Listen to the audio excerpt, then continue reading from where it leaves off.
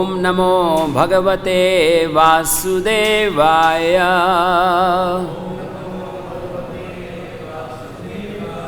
ओम नमो भगवते वासुदेवाय। ओम नमो भगवते वासुदेवाय।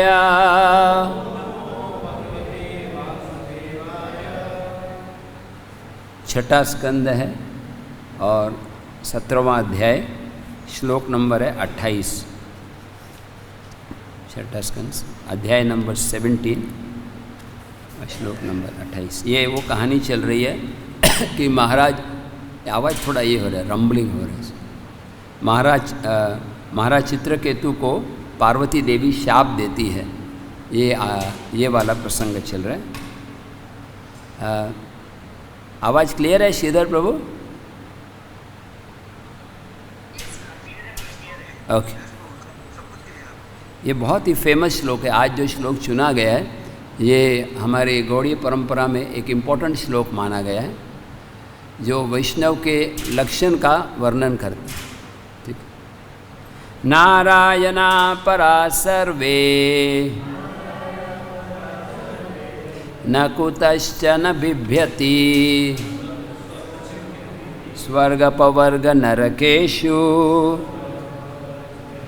अपि तुल्यार्थदर्शिना। इसका शब्दार्थ है नारायणा परः, जो केवल नारायण की सेवा में रुचि रखते हैं, शुद्ध भक्त, सर्वे समस्त, न नहीं, कुतश्चन कहीं भी, बिभ्यति डरते हैं, स्वर्ग स्वर्गलोक, अपवर्ग मुक्ति, नरकेषु तथा नरक में, अपि भी, तुल्य समान, अर्थ महत्व, दर्शिना देखने वाले। इसका हिंदी में अनुवाद है, जो पूरी तरह से भगवान नारायण की सेवा में लगे हुए हैं, भक्त हैं, वो किसी भी अवस्था में डरते नहीं हैं। उनके लिए स्वर्ग, मुक्ति और नरक तीनों बराबर होते हैं, क्योंकि ऐसे भक्त भगवान की सेवा में ही रुचि रखते हैं। तात्पर्य, ये स्वाभाविक है कि पार्वती ने पूछा हो कि भक्त इतने महान कैसे बन गए। ये पार्वती और शिवजी का वार्तालाप चल रहा है, तो पार्वती शिवजी से पूछेंगे कि ये चित्रकेतु महाराज इतने बड़े भक्त कैसे बन गए। इस श्लोक में बताया गया है कि भक्त लोग नारायण पर होते हैं। वे जीवन की विफलताओं की परवाह नहीं करते, क्योंकि नारायण की सेवा करते हुए उन्हें सब प्रकार के कष्टों को झेलने की शिक्षा पाई है। उन्हें इसकी परवाह नहीं रहती कि वो स्वर्ग में हैं या नरक में हैं। वे केवल ईश्वर की सेवा करना चाहते हैं, यही उनकी श्रेष्ठता है।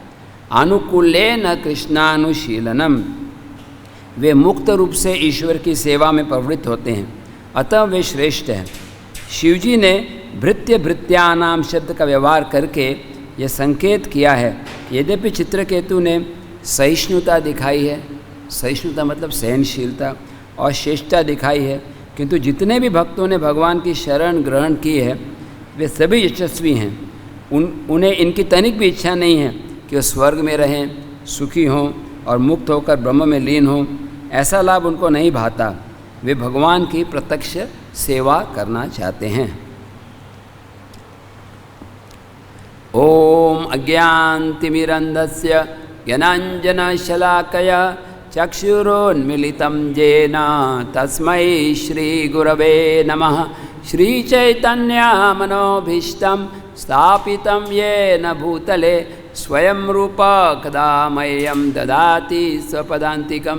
वन्देऽहं श्रीगुरो श्रीयुतः पदकमलं श्रीगुरोन् वैष्णवंश्च श्रीरूपं साग्रजातां सहगण रघुनाथान्वितं तं सजीवं साद्वैतं सावधूतं परिजनासहितं कृष्णचैतन्यदेवं श्रीराधा कृष्णपदान् सहगना ललिता श्रीविशाखान्वितंश्च नमः ॐ विष्णुपादाय कृष्णपृष्ठाय भूतले श्रीमते भक्तिवेदान्त स्वामिनिति नामिने नमस्ते सारस्वते देवे गौरवाणी प्रचारिणे निर्विशेष शून्यवादी पाश्चात्य देश तारिणे वंशाकल्पतरुभ्यश्च कृपा सिन्धुभ्येव च पतितानां पावनेभ्यो वैष्णवेभ्यो नमो नमः।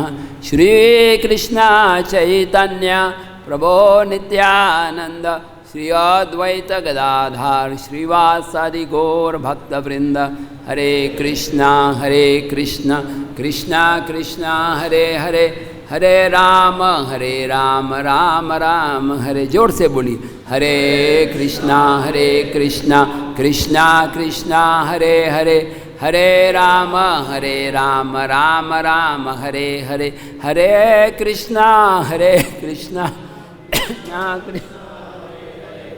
हरे राम राम राम।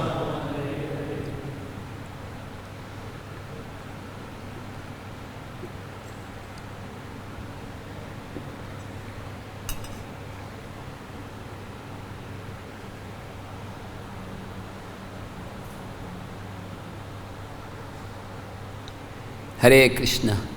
सब भक्तों के चरणों में वंदना करते हुए मैं कुछ सेवा करने का प्रयास करूंगा। स्पेशली वृंदावन के धाम में जो महात्मा निवास कर रहे हैं, जिनको राधा श्याम सुंदर की विशेष कृपा मिली है। कई लोगों को शॉर्ट टर्म वीज़ा मिलता है, किसी को लॉन्ग टर्म वीज़ा मिलता है वृंदावन में।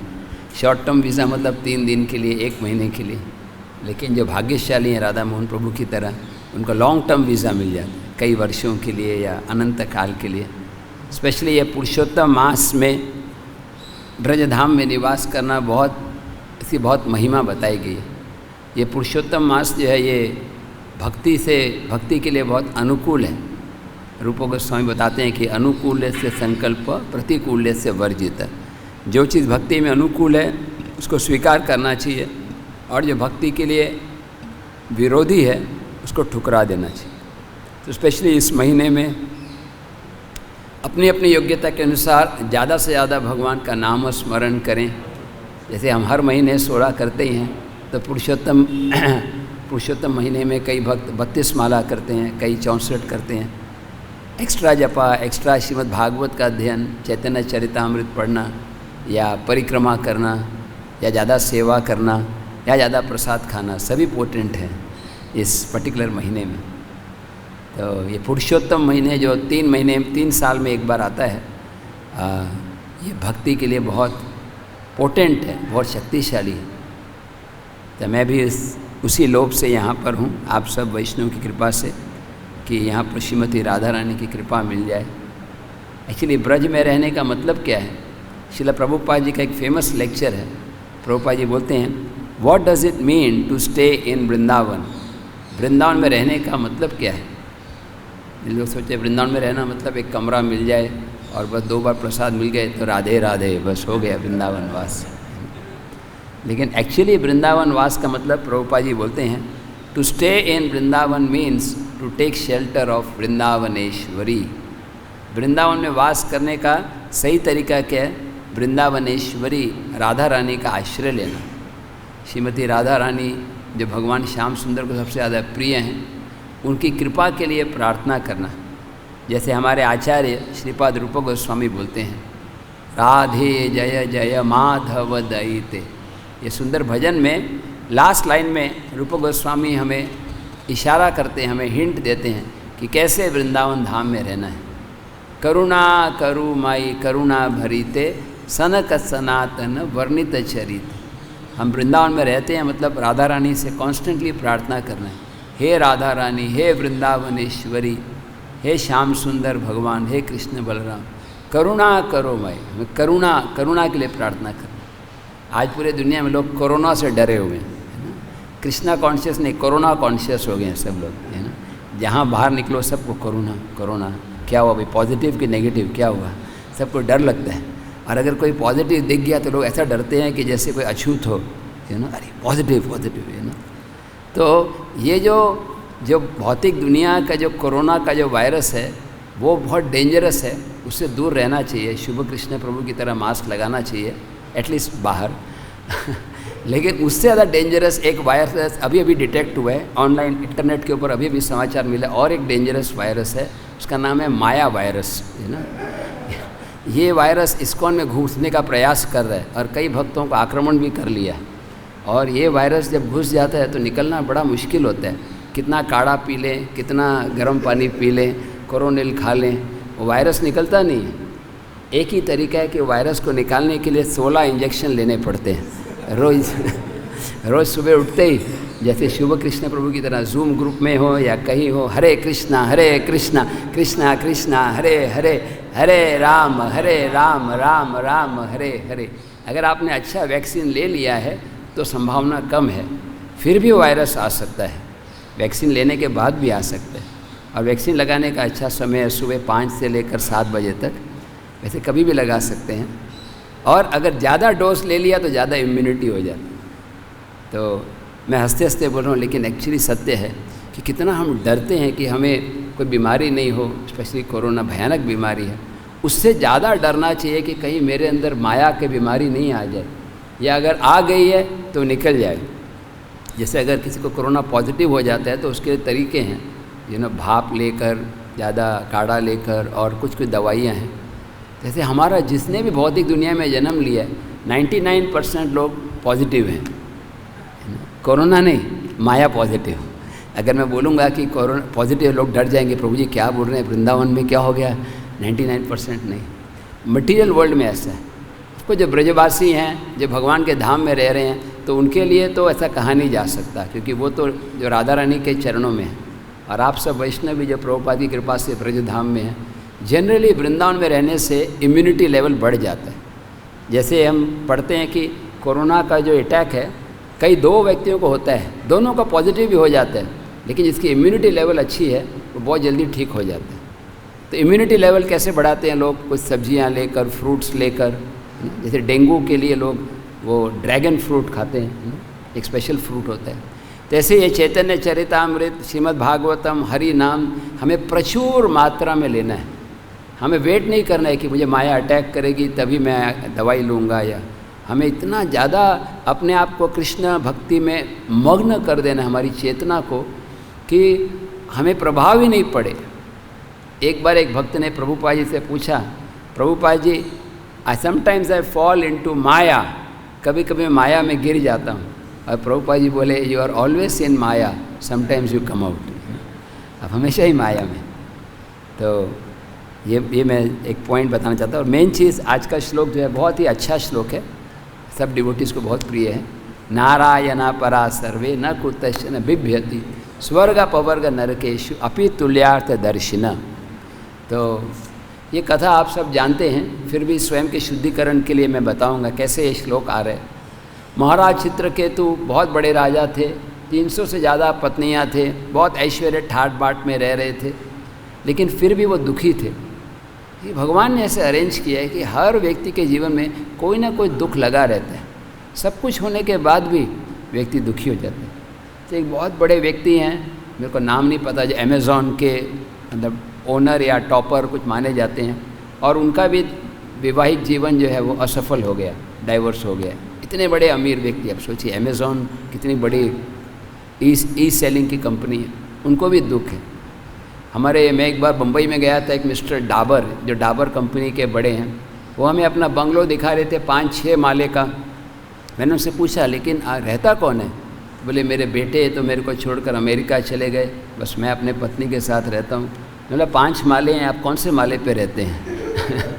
ऐसा तो नहीं है कि सिर को एक माले पे रखा, हाथ को नीचे रखा, सोने के लिए तो वही चाहिए।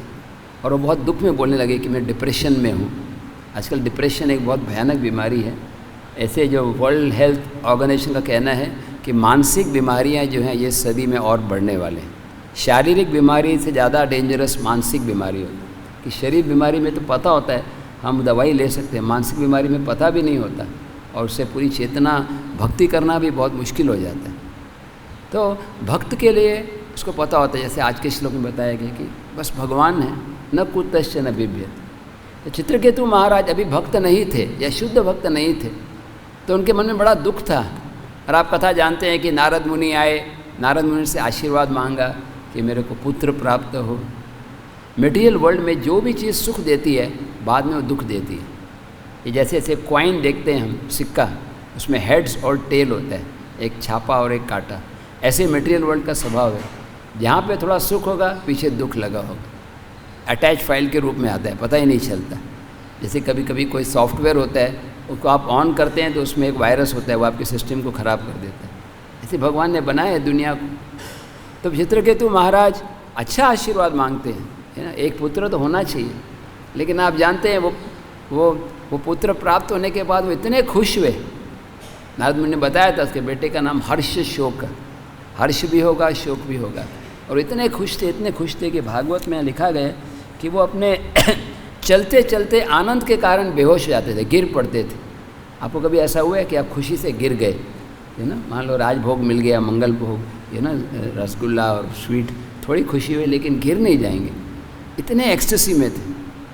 और फिर आप जानते हैं कैसे उनकी पत्नी, अभी उनके बहुत सारे पत्नियां थे और एक को पुत्र हुआ दूसरे को नहीं हुआ, तो नेचुरली ईर्ष्या पैदा हो जाती है।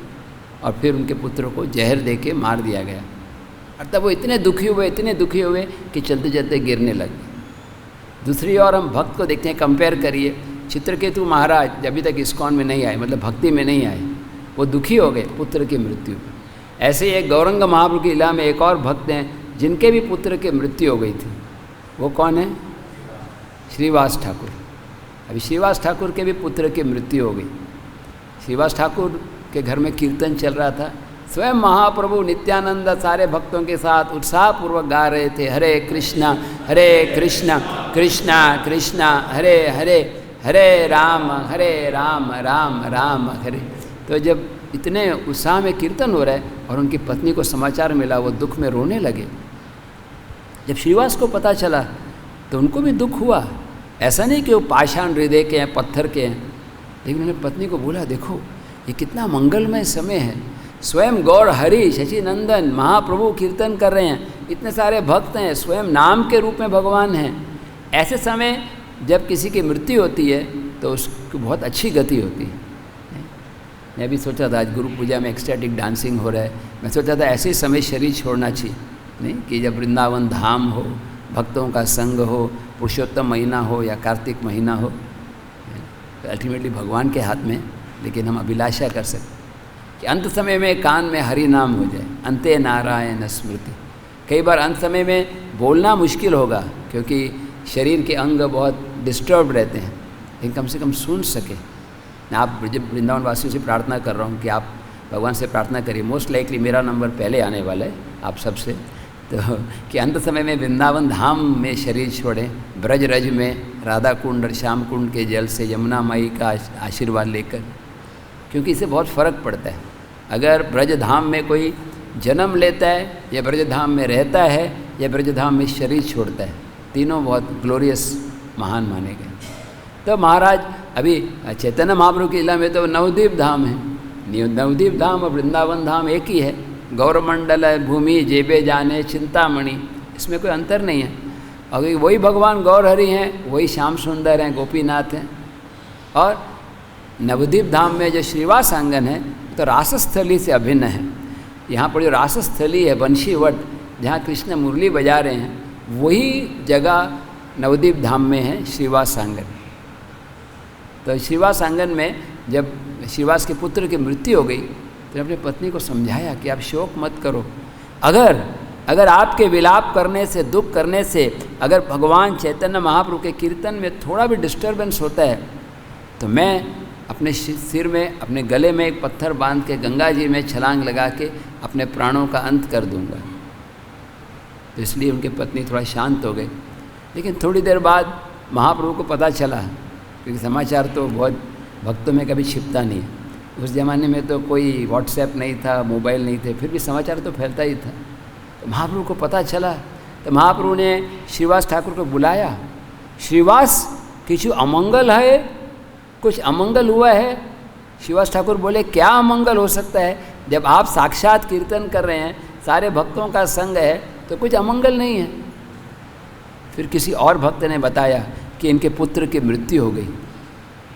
महाप्रभु ने पूछा कितना समय पहले? तो श्रीवास ने बताया कि 6 घंटे हो गए। 6 घंटे हो गए आपके स्वयं के पुत्र की मृत्यु होने पे? आप जानते हैं इस दुनिया में माता पिता के लिए पुत्र या पुत्री से बढ़कर प्रिय कोई नहीं होता। माता पिता अपने सब कुछ दे देते हैं एक बच्चे को बड़ा करने के लिए, और छोटे उम्र में अगर बच्चे की मृत्यु हो तो इसके बढ़कर शोक कोई नहीं हो सकता। महाप्रभु ने पूछा आपने मुझे कुछ बताया नहीं, क्यों नहीं बताया? तब श्रीवास ठाकुर ने बताया, प्रभु मैं नहीं चाहता था कि आपका ये मधुर कीर्तन है इसमें कोई बाधा है। मतलब प्रिंसिपल क्या है कि लोक धर्म, परिवार धर्म, देश धर्म सब इम्पोर्टेंट है, लेकिन सबसे महत्वपूर्ण है भगवान की सेवा, हरि नाम धर्म। भगवान के नाम कीर्तन में और कोई चीज़ ज़्यादा महत्वपूर्ण नहीं है। जब हम 2 घंटे सवेरे जप करने बैठते हैं तो हमें सोचना चाहिए कि ये 2 घंटे पूर्णतया कृष्ण नाम के लिए। हर भक्त को अनेक सेवाएं होती हैं, ये तो स्वाभाविक है, और सब सेवाओं के विचार सब जप के समय ही आते हैं। सबसे अच्छे आइडियाज़ जपा के समय आते हैं, सबसे अच्छी प्लानिंग उसी समय होती है। कि माया देवी जानती है अगर इसका जप डिस्टर्ब हो गया तो ये भौतिक संसार में रहेगा, उसी समय माया देवी आक्रमण कर। लेकिन जैसे हम तृणावर्त की कहानी में सुनते हैं कि तृणावर्त भगवान को ऊपर ले गए और बाद में भगवान बहुत भारी बन गए। तृणावर्त ने प्रयास किया कि भगवान को फेंक दे, लेकिन भगवान ने उनकी गर्दन को बड़े टाइट पकड़ रखा था और अंत में तृणावर्त गिर पड़ा, उसकी मृत्यु हो गई। ऐसे ही माया देवी प्रयास करेगी कि हम कृष्ण के नाम को छोड़ दें, लेकिन हमें कृष्ण नाम छोड़ना नहीं है। बाधाएं सबको आती हैं, शायद इस 100 में 1000 में कोई एक भक्त होगा जिसको जप के समय दूसरे विचार नहीं आते हो। बस हमें परसिस्टेंस, सबसे इम्पॉर्टेंट क्वालिटी है जप में परसिस्टेंस, मतलब क्या बोलेंगे, लगे रहना, बस लगे रहना। बस कई बार लोग मेरे को बोलते हैं बहुत, क्योंकि मैं जब थोड़ा ज़्यादा करता हूँ, मेरे को ज़्यादा सेवा आती नहीं है तो क्या करूँ तो लेकिन कई लोगों को लगता है मुझे बहुत टेस्ट है।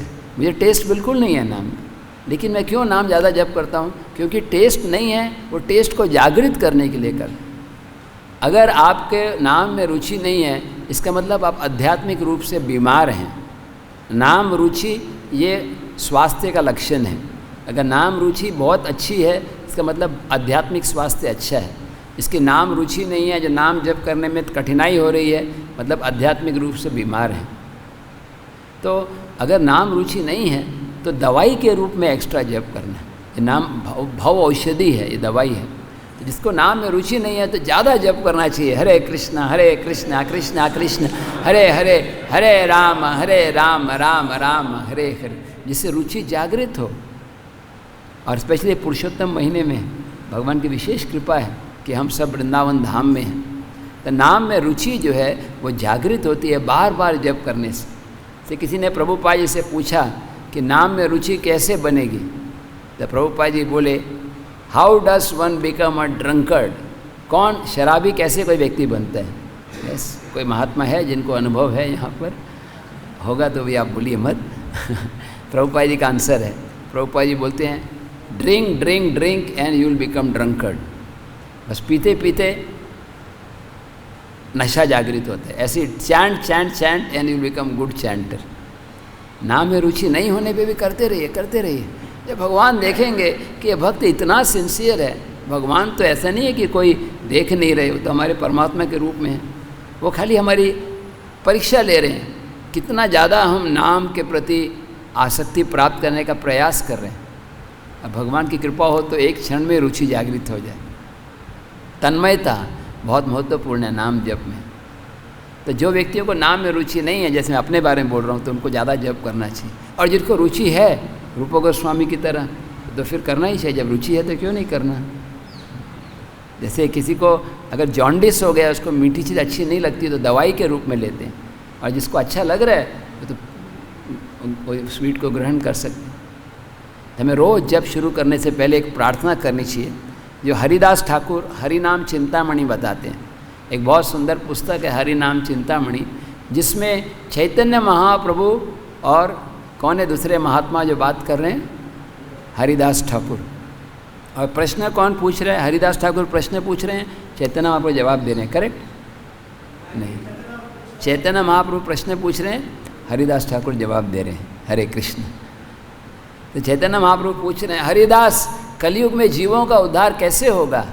और हरिदास ठाकुर नाम के ऊपर पूरा गहराई में बता रहे। तो उसमें एक बहुत सुंदर प्रार्थना जो मैं आपसे रिक्वेस्ट करूंगा, आप एक बार मेरे पीछे बोले, और अगर आपको अच्छी लगे तो आप जब के पहले बोल सकते हैं। कृपा कोरी नाम रूपे मोर जिभाया,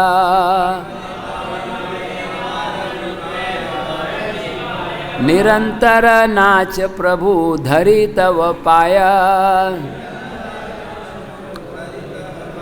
कृपा कोरी नाम रूपे मोर जीवाया, निरंतर नाच प्रभु धरी तव पाया।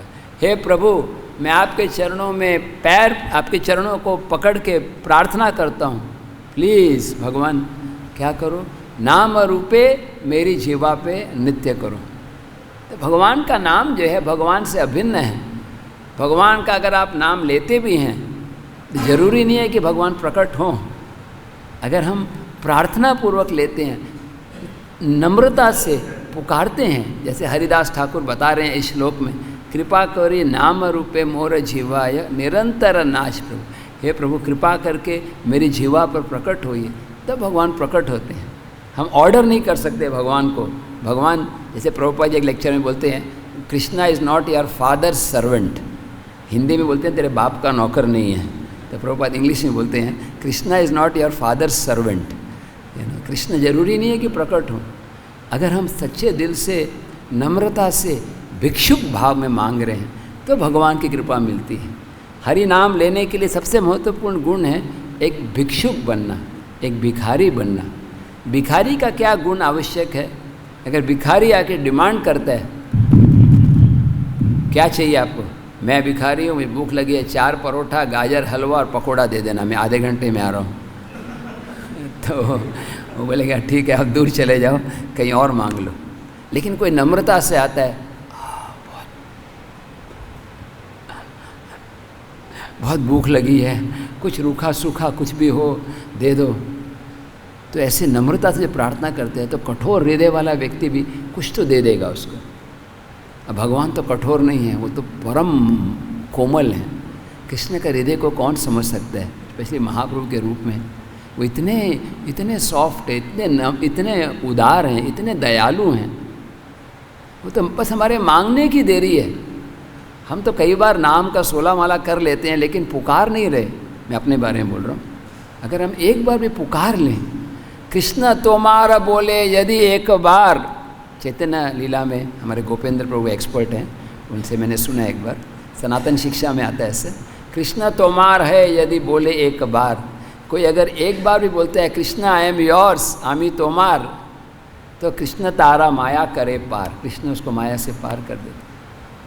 तो एक्चुअली भक्ति में बहुत ज्ञान प्राप्त करने की ज़रूरत नहीं है।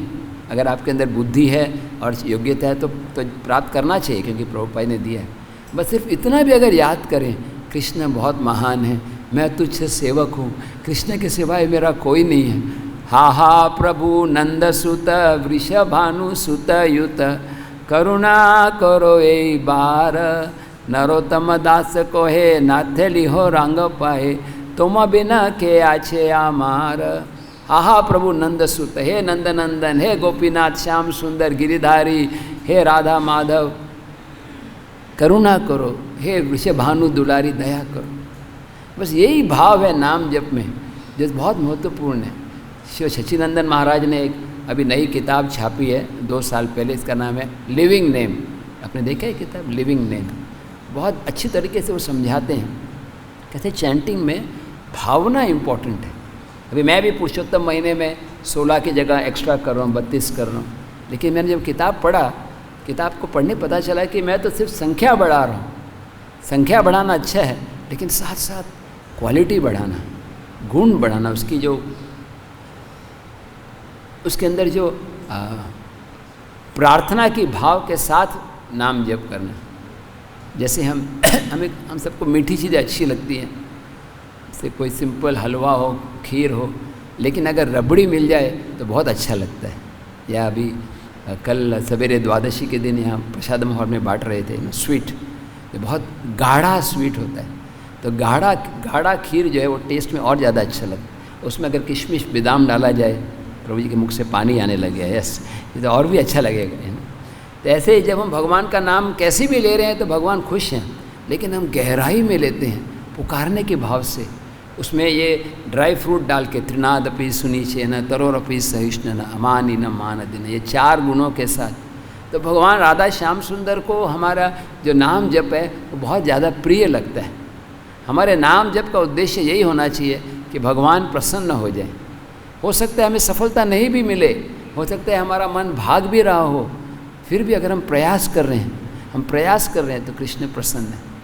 सचिंदन महाराज ये बताते हैं इस किताब में कि हमें नाम जप में ये पुकारने का भाव होना चाहिए। जैसे प्रभुपाद जी बोलते हैं like a child crying for mother, तन्मयता के साथ, कृष्ण आमी तो तोमार तुम्ही तो आमार, मैं आपका हूँ, आपकी शरण में हूँ। तो शरणागति के भाव से जब नाम जप किया जाता है तो बहुत आसानी से सफलता मिल सकती है। आप बोलेंगे एक जगह तो बताया चैतन्य चरितामृत में कैसे भी भगवान का नाम लो, है ना। जैसे 6ठे स्कंद में बताया सांकेतम परिहास्यम छ, कोई संकेत में बोल दे, हंसते हुए बोल दे, निंदा करते हुए बोल दे तो भी लाभ मिलता है। लेकिन अभी यहाँ बताया गया कि बहुत गहराई में बोलना है, ये तो विरोधाभास है, कॉन्ट्राडिक्शन है। भगवान का नाम तो बहुत शक्तिशाली है, किसी भी तरीके से लोगों को कुछ लाभ होगा, लेकिन अगर हम बहुत तन्मयता के साथ गहराई के भावना से पुकारते हैं, मैं एक भिक्षुक हूँ, Krishna please give me mercy, Gauranga तुम्ही मोरे दया न छाड़ी हा। कि हम भगवान से प्रार्थना करते हैं, महाप्रभु से, कि मेरे पर दया करो, आपकी दया से ही मैं नाम ले सकता हूँ। वैष्णव के और गुरु की कृपा से ही हरि नाम प्रकट होते हैं। ठाकुर भक्ति विनोद बताते हैं ऐसे, एकाकी आमार नहीं पाय बल हरि नाम संकीर्तने, तुम्हें कृपा कोरी श्रद्धा बिंदु दिया देहो कृष्ण नाम धने। एकाकी आमार नहीं, अकेले मेरे अंदर बल नहीं है हरि नाम लेने की, आप कृपा करो। महाराज जिस किताब में लिखते हैं, the holy name is not a passionate achievement. Hari नाम जो है जैसे उपलब्धि प्राप्त करना, जैसे मैंने बड़े कॉलेज में एडमिशन प्राप्त किया अमेरिका में, एक उपलब्धि है। किसी ने पद्मश्री अवार्ड प्राप्त किया, उपलब्धि है। भारत रत्न अवार्ड मिला, किसी को नोबेल प्राइज़ मिला, किसी ने क्या बोलते हैं उसको, ओलंपिक्स रेस में कोई मेडल प्राप्त कर लिया। ये सब पैशनेट अचीवमेंट है जो अपने प्रयास से हो सकते हैं। लेकिन हरि नाम में सफलता ऐसे प्रयास से नहीं मिलती। हरि नाम की सफलता जो है वो भगवान की अहेतु की कृपा है, जो एक कृतज्ञ और नम्र भक्त के हृदय में प्राप्त होती है। इसके अंदर नम्रता और कृतज्ञता, ह्यूमिलिटी और ग्रैटिट्यूड के भावना है, उसके अंदर हरि नाम का बीज बहुत जल्दी अंकुरित होगा, उसको नाम के रस का आस्वादन करने को अवसर मिलेगा। इसीलिए भक्ति विनोद ठाकुर और एक भजन में ऐसा कहते हैं, कभी हबे बोलो से दिनामार अपराध घुची शुद्ध नामे रुचि कृपा बल हबे हृदय संचार। वो प्रार्थना कर रहे हैं, हे कृष्ण कब वो दिन आएगा जब मेरे अपराध दूर होंगे। तृणादि कही न कबे निज मानी, कब मैं अपने आप को घास के तिनके से छोटा मानूंगा। सहिष्णुता गुण हृदय त्यानी, कब मेरे अंदर सहनशीलता आएगी। तो मैं भी एक बहुत संघर्ष कर रहा हूँ चैंटिंग में। हम हर एक व्यक्ति को संघर्ष करना पड़ता है। अगर आप संघर्ष नहीं कर रहे तो 2 में से एक है, या तो आप परमहंस बन गए हैं या फिर आप ऑलरेडी माया से हार मान ली है। तो संघर्ष करना ये जीवन का लक्षण है। भौतिक जीवन में लोग संघर्ष करते हैं और एक भक्त संघर्षण करते हैं, भक्त संघर्ष करते हैं माया की लड़ाई में।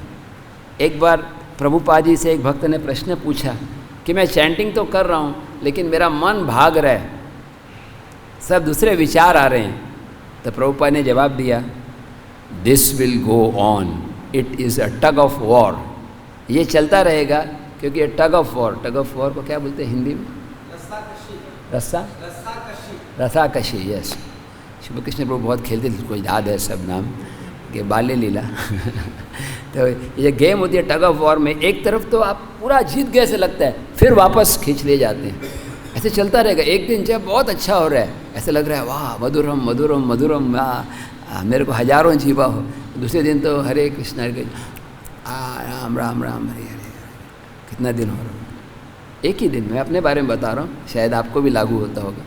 तो भी ये करते रहना है। प्रभुपाद जी बोलते in the end you will be victorious if you just take shelter of Krishna. अंत में सफलता निश्चय है अगर हम कृष्ण का आश्रय लेते हैं। भक्ति विनोद ठाकुर और एक लाइन में बोलते हैं, भगति विनोद प्रभु चरण पुड़िया, से हरि नाम मंत्र लोई लो मागिया। भक्ति विनोद ठाकुर बोलते हैं, मैं भगवान के चरणों में, हरि नाम के चरणों में गिर के प्रार्थना करता हूँ, भगवान से भीख मांगते हैं हरि नाम की। और सच्चिदानंद महाराज भी ये पॉइंट दूसरे लैंग्वेज में बोलते हैं। वो बोलते हैं कि one should pray to the holy name, the naam Prabhu. जैसे राधा श्याम सुंदर डीटी है, कृष्ण बलराम डीटी है, राधा गोपीनाथ डीटीज हैं, ऐसे नाम भी एक विग्रह है। नाम और नामी दोनों दयालु हैं, लेकिन नाम ज़्यादा दयालु हैं, क्योंकि नाम के लिए कोई नियम नहीं है। किसी भी समय आप ले सकते हैं। आप प्रसाद हॉल में भी ले सकते हैं, बलराम हॉल में भी ले सकते हैं, इवन आप शौचालय में हैं तो भी ले सकते हैं। महाराज जी अपनी किताब में बताते हैं कि एक बार वो प्रभुपाद एक कार्यक्रम में थे, प्रसाद के बाद प्रभुपाद अपने कमरे में चले गए विश्राम करने। और सचिंदन महाराज की इच्छा थी कि वो थोड़ा देखना चाहते थे प्रभुपाद अभी क्या करेंगे। तो उन्होंने दीवार को फांद के वो उस कमरे के पास गए। उनको पता था ऐसे पूछ के जाएंगे तो शायद नहीं मिलेगा उससे, तो दीवार छलांग ला के गए। अब प्रभुपाद सोए हुए थे और खिड़की से वो झांक के देखने लगे। प्रभुपाद की आंखें बंद थी, लेकिन उनकी जीवा से हरे कृष्णा कृष्णा कृष्णा हरे हरे, हरे राम राम राम हरे। मतलब सोते हुए अवस्था में भी प्रभुपाद जी हरि नाम ले रहे थे। हमारा उल्टा होता है, हरि नाम लेते हुए भी हम सो जाते हैं। तो एक बार एक भक्त ने पूछा कि कैसे हम सोते हुए भी हरि नाम लें। एक सीनियर डिवोटी से पूछा, तो उन्होंने जवाब दिया, पहले जागते हुए लो, फिर सोते हुए सोचना। आपको लगेगा कि मैं क्यों हर समय हरि नाम के बारे में बोलता हूँ, क्योंकि इसके सिवाय और कुछ है ही नहीं स्पिरिचुअल लाइफ में। बाकी सब खाली उसके लिए सपोर्ट करने के लिए, वो भी ज़रूरी है। बाकी चीज़ें, अर्चे विग्रह की सेवा, मंदिर की सेवा, जो भी प्रचार करना, लेकिन अगर हमारा हरि नाम जब अच्छा हुआ तो बाकी सब कुछ अच्छा हो जाएगा। और हरि नाम अच्छा नहीं हुआ तो बाकी सब करने के बाद भी हम फेलियर हो जाएंगे। ये सब कुछ हरि नाम में है। श्रील प्रभुपाद एक बार जा रहे थे मॉर्निंग वॉक के लिए, और एक भक्त ने पूछा, प्रभुपाद आपकी सफलता की क्या कुंजी है? What is the secret of your success? Prabhupada कुछ बोले नहीं, बस प्रभुपाद बोले, I just chanted Hare Krishna and everything became manifest. ये दृढ़ विश्वास जो है भगवान के नाम में, ये महाभागवत का लक्षण है। प्रभुपाद के अंदर वो गहरा विश्वास था कि हरि नाम ही है जो कि जीवों के सारे दुखों को दूर कर सकता है। तो फिर बहुत सारे पॉइंट्स हैं, मैं थोड़ा सा बोलना चाहता था, लेकिन आज की कथा जो चित्रकेतु महाराज की बता रहा था, चित्रकेतु महाराज बहुत दुखी थे। और आप जानते हैं कथा कैसे नारद मुनि फिर से आए, और अब उन्होंने नारद मुनि के शब्दों को गंभीरता से ग्रहण किया। भौतिक दुख विपत्तियां जो हैं ये अग्नि के समान है।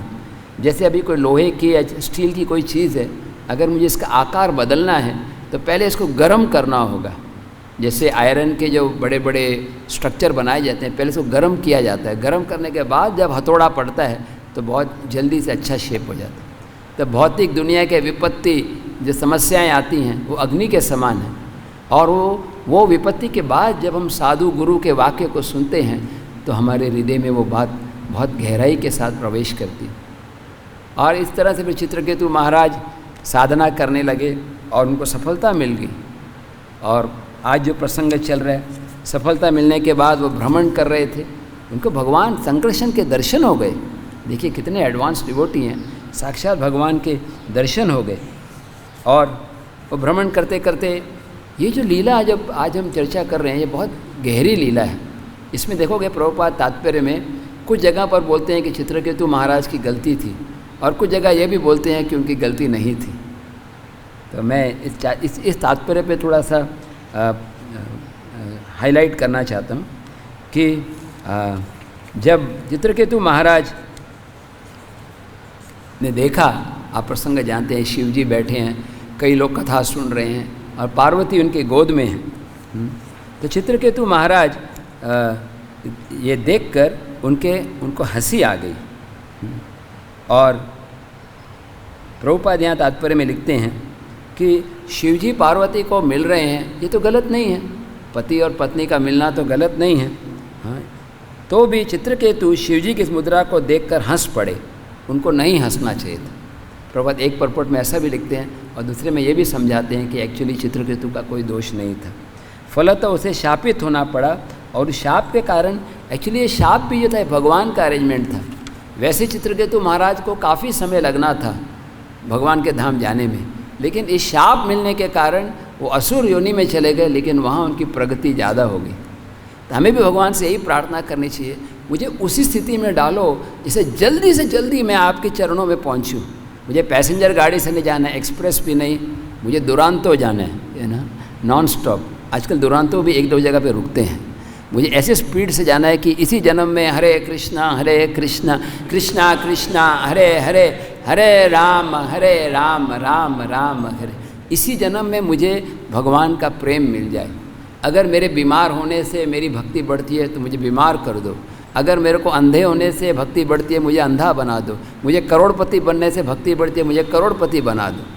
जो भी करो भगवान, मेरे आपके प्रति प्रेम हर क्षण, हर दिन, हर साल गहरा होता जाए, मैं इसी जन्म में आपके दर्शन कर पाऊँ, शुद्ध भक्ति को प्राप्त कर सकूँ। मैं को श्रील प्रभुपाद जी की एक प्रार्थना याद आ गई। प्रभुपाद ने एक सीनियर भक्त हैं देवानंद प्रभु, ये प्रभुपाद डिसाइपल देवानंद प्रभु, और उसको उन्होंने लेटर लिखा 1968 में। प्रभुपाद जी कहते हैं, you should pray to Krishna, my dear lord, you are in my heart, from you comes knowledge, remembrance and forgetfulness. Please make me remember you and never forget you. Even if you throw me into hell, I do not mind, as long as I can always remember you and chant your holy name. इसका हिंदी में अनुवाद है, प्रभुपाद जी बोलते हैं कि भगवान सबके हृदय में है, वही स्मरण शक्ति देते हैं, वही विस्मृति देते हैं। तो भगवान से यही प्रार्थना करनी चाहिए कि मेरे को आपके चरणों की स्मृति बढ़े, मैं आपको कभी भूलूँ नहीं। अगर आप मुझे नरक भेजते हो मुझे कोई दुख नहीं है, लेकिन नरक में भी मैं आपको याद करता रहूं, हरे कृष्णा कृष्णा कृष्णा हरे हरे, हरे राम राम राम हरे। बार नरक में जाके आप कीर्तन करते हैं तो वो भी वैकुंठ हो जाएगा। और कई सारे जो अंधतमिश्र, कुंभीपाक, सब जीवों का उद्धार हो जाएगा। इस्कॉन कुंभीपाक, इस्कॉन महारौरव, है ना, जहाँ भी जाओ कीर्तन करो, बस वही वैकुंठ बन जाए। प्रभुपाद जी जहाँ पे बोले ऐसे कि even if you go to hell you chant the holy name, that will become spiritual world. तो यहाँ पे हम देख रहे हैं कि चित्रकेतु महाराज थोड़ा कमेंट किए, ऐसे बोले कि शिव जी तो धर्म के गुरु हैं, हाँ, सब कुछ व्याख्यान कर रहे हैं, और ये कैसा व्यवहार है, हाँ, ये वैदिक नियमों को जानने वाले हैं, तो ये उनका ठीक नहीं है इस तरह से अपने पत्नी के साथ बैठना। तो श्रील प्रभुपाद एक और चीज़ यहाँ बताते हैं तात्पर्य में। मैं चाहता हूँ कि हम इस तात्पर्य पे ज़्यादा फोकस करें। जो चक्रवर्ती ठाकुर का तात्पर्य है कि यद्यपि चित्रकेतु ने शिवजी की आलोचना की, निंदा की, दक्ष की भांति उनका अपमान नहीं किया था। ये फ़र्क है। दक्ष ने भी शिवजी की निंदा की, लेकिन दक्ष की निंदा में ईर्ष्या की भाव था, वो सह नहीं कर पा रहा था, हाँ, कि मेरा शिवजी ने मेरे लिए खड़े नहीं हुए, वो पर्सनल एजेंडा हो गया था। लेकिन चित्रकेतु महाराज के मन में कोई ईर्ष्या की भाव नहीं थी। मतलब एक ही वाक्य है, किस भाव से किया जाता है उसके अनुसार उसका अलग अलग फल होता है। कभी कभी कोई सीनियर भक्त या गुरु किसी भक्त को दोष दिखाते हैं कि देखो ये आपका दोष है, आप सुधारो, लेकिन वो निंदा के भाव से नहीं होता। और दूसरा कोई व्यक्ति उसी दोष को बताते हैं, वो निंदा के भाव से होता है, तो वैष्णव अपराध बन जाता है।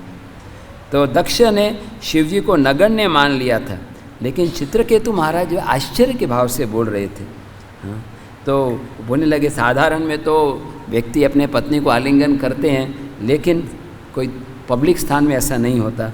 और चित्रकेतु महाराज, अभी देखिए चित्रकेतु महाराज इस पर्पट में प्रभुपाद जी बोलते हैं चित्रकेतु महाराज शिवजी की प्रशंसा कर रहे हैं।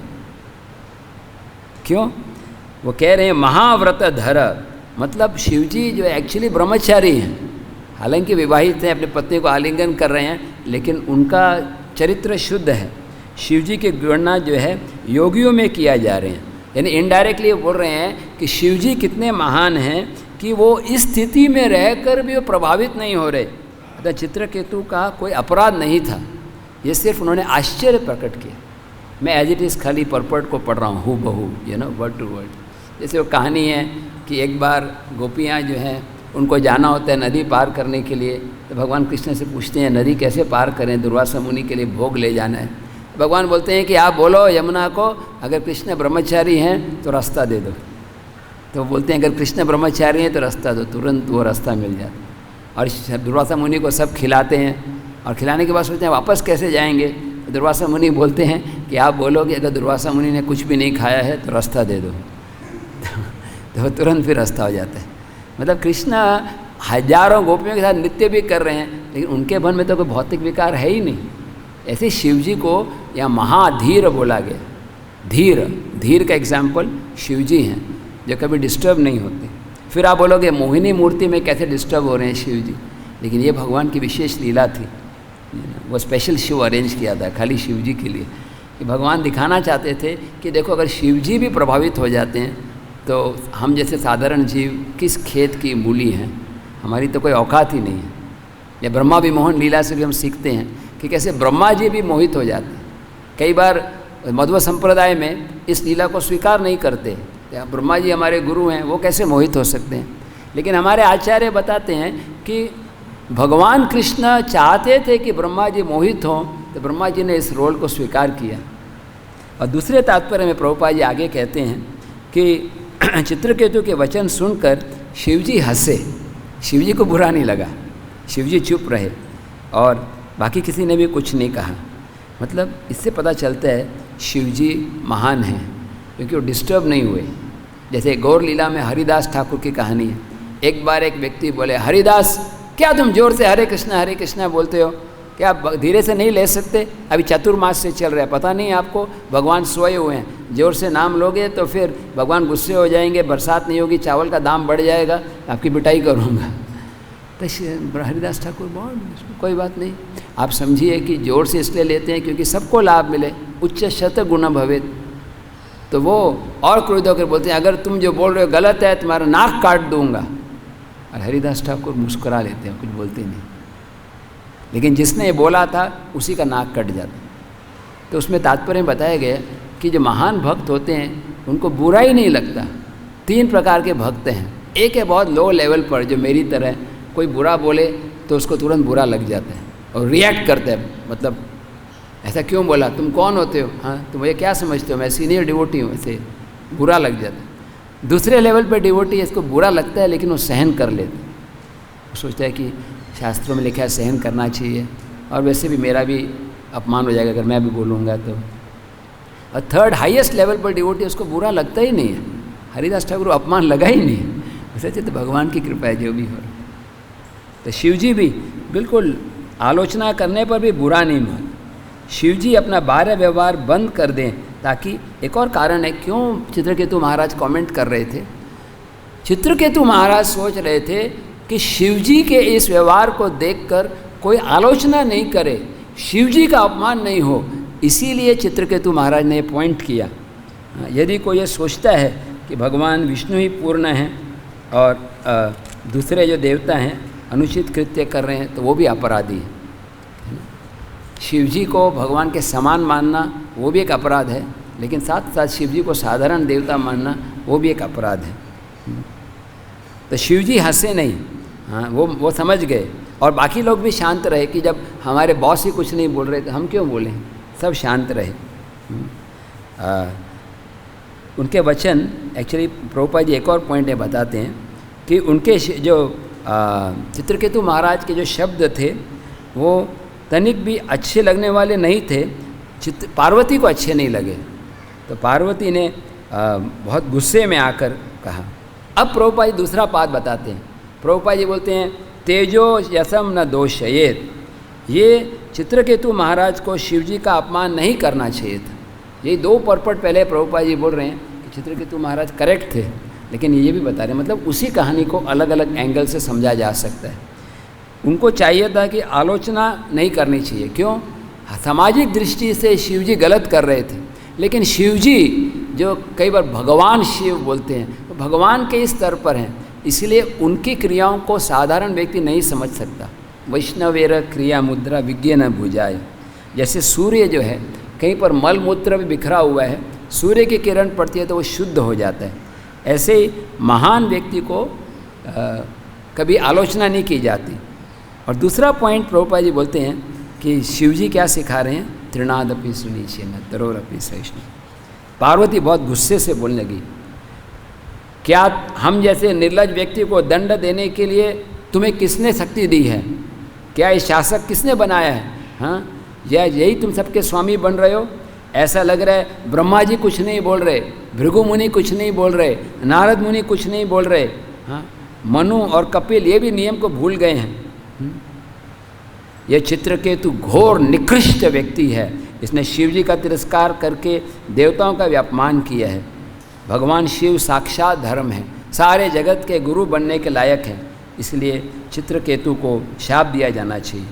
यह व्यक्ति भगवान के चरण कमल के निकट जिनकी उपासना कभी साधु पुरुष करते हैं जाने के योग्य नहीं हैं। ये घमंडी है चित्रकेतु। हे दुर्बुद्धे बेटे, उनको अपना बेटा कहकर बोलते हैं कि तुम असुर योनि में जन्म लो, क्योंकि तुम्हारा चरित्र अच्छा नहीं है, जिससे तुम्हारे अंदर फिर कभी अपराध करने का भाव नहीं आए। तो प्रभुपाद जी नेक्स्ट पर्पट में बोलते हैं चित्रकेतु का रिस्पॉन्स कैसा था। चित्रकेतु बहुत शांत रहे और बोले, माता प्रणाम, मैं आपके दिए हुए शाप को स्वीकार करता हूँ। मुझे शाप की परवाह नहीं है, क्योंकि हर व्यक्ति अपने कर्म के अनुसार सुख और दुख स्वीकार करता है। तो चित्रकेतु महाराज ने क्या सोचा, ये पार्वती शाप दे रही है, इससे मैं असुर नहीं बन रहा, मेरे भाग्य में लिखा ही था तो वो होना ही था। जैसे मेरे भाग्य में लिखा था कि मुझे खीर मिलना ही है तो मिलेगा ही, और नहीं लिखा है तो मैं जल्दी भी जाऊंगा, छिपा के भी रखूंगा तो कोई और ले लेगा, है ना। तो जो भाग्य में लिखा है, कोई अच्छा दे तो भी धन्यवाद, भगवान कृपा है, कोई बुरा करे वो भी भगवान की कृपा है। और प्रभुपाद यहाँ पे बहुत फेमस श्लोक बोलते हैं, तत्ते अनुकंपा सुसमीक्षमान। चित्रकेतु महाराज का रिस्पॉन्स है। और तो उन्होंने चित्रकेतु महाराज पार्वती को प्रणाम कर रहे हैं, धन्यवाद दे रहे हैं कि सब व्यक्ति अपने कर्मों का फल भुगतते हैं। हाँ, और तब ये आज का श्लोक आता है, जब शिवजी, आज का श्लोक जब शिवजी बोल रहे हैं, हे सुंदरी। प्रभुपाद जी बोलते हैं शिवजी पार्वती को सुंदरी क्यों बोल रहे हैं? अरे तुम तो खाली शरीर से सुंदर हो, लेकिन जो भगवान के शुद्ध भक्त हैं चित्रकेतु जैसे, वो चरित्र से सुंदर हैं, तुम उनकी बराबरी नहीं कर सकते। शिवजी पार्वती को बोल रहे हैं कि चित्रकेतु महाराज जैसे भक्त शरीर से नहीं, कैरेक्टर से सुंदर हैं। और देखो तुमने उनका अपमान किया और उन्होंने आपको माता कहकर तुम्हारा आदर किया। शिवजी ने आगे कहा कि परमेश्वर के कार्य महान हैं और उनके भक्त भी महान हैं। तृणादपि सुनीचेन। और फिर ये श्लोक आता है, नारायणा परा सर्वे। प्रभुपाद जी बोल रहे हैं इसमें कि पार्वती ने पूछा होगा कि भक्त इतने महान बने कैसे, तो उसके जवाब में बताया गया नारायणा परा, क्योंकि वो नारायण भगवान की भक्ति कर रहे हैं। जो भगवान नारायण की या कृष्ण की भक्ति करता है उसके अंदर सारे सद्गुण आ जाते हैं। एक बार एक डिवोटी ने प्रश्न पूछा, ये नम्रता और सहनशीलता जो चित्रकेतु महाराज दिखा रहे हैं वो कैसे हमारे अंदर आएगा? तो उसके जवाब में प्रभुपाद जी बोलते हैं, just by chanting Hare Krishna all good qualities will develop. अगर कोई सच्चे दिल से प्रार्थना पूर्वक भगवान को पुकारते हुए हरि नाम लेते हैं, हरे कृष्णा कृष्णा कृष्णा हरे हरे, हरे राम राम राम हरे, वो व्यक्ति के अंदर ये सब गुण आ जाते हैं। जो सेकेंड लाइन में लिखा है, लाइन चले गए यहाँ पे, सेकेंड लाइन में लिखा है, स्वर्ग अपवर्ग नरकेशु, स्वर्ग अपवर्ग नरकेशु। अभी तक बेल बजा नहीं स्वर्ग अपवर्ग नरकेशु मतलब स्वर्ग और नरक और मुक्ति तीनों को समान समझना। क्यों? अगर स्वर्ग में है तो भी हरि नाम लो, नरक में है तो भी हरि नाम लो, और मुक्ति मिले तो भी हरि नाम। प्रबोधानंद सरस्वती बोलते हैं, कैवल्य नरकायेत त्रिदश पूर आकाश पुष्पयेत। इसको चैतन्य महाप्रभु कृपा मिल जाए, उसको कैवल्य भगवान में लीन होना वो नरक के समान लगता है, क्योंकि उसको लगता है मुझे भगवान की सेवा करनी। सालोक के सामीप्य, ये मुक्ति भी भक्त नहीं चाहते, बस भगवान की सेवा करना चाहते। तो चैतन्य महाप्रभु का कंक्लूजन बताते हैं जो हमारे हृदय में रहना चाहिए, न धनं न जनं न सुंदरीं कवितं वा जगदीश कामये मम जन्मनि जन्मनि ईश्वरे भवतात् भक्ति रहे तुकी त्वयि। मतलब मुझे धन नहीं चाहिए, मुझे कोई भौतिक सुख नहीं चाहिए, बस भगवान की सेवा चाहिए। तो ये कॉन्शियसनेस है नारायण परा, कृष्ण परायण। जो नारायण परायण है, कृष्ण परायण है, वो हर स्थिति में सुखी रहते हैं। वो जानते हैं कि कृष्ण का संग मेरे साथ में रहे हरि नाम के रूप में। और भगवान अपने आप बताते हैं यत्र गायन्ति मद भक्त तत्र तिष्ठामि नारद। जहाँ मेरे भक्त गाते हैं हरे कृष्णा कृष्णा कृष्णा हरे हरे, हरे राम राम राम हरे। प्रभुपाद लिखते हैं 7वें स्कंद में, प्रहलाद महाराज को भगवान ने स्पर्श किया और सिर पे स्पर्श करते ही उसके सारे अशुद्धि चले गए। वैसे जब हम हरि नाम लेते हैं तो जीवा पर भगवान नित्य करते हैं और सारे अमंगल दूर हो जाते हैं।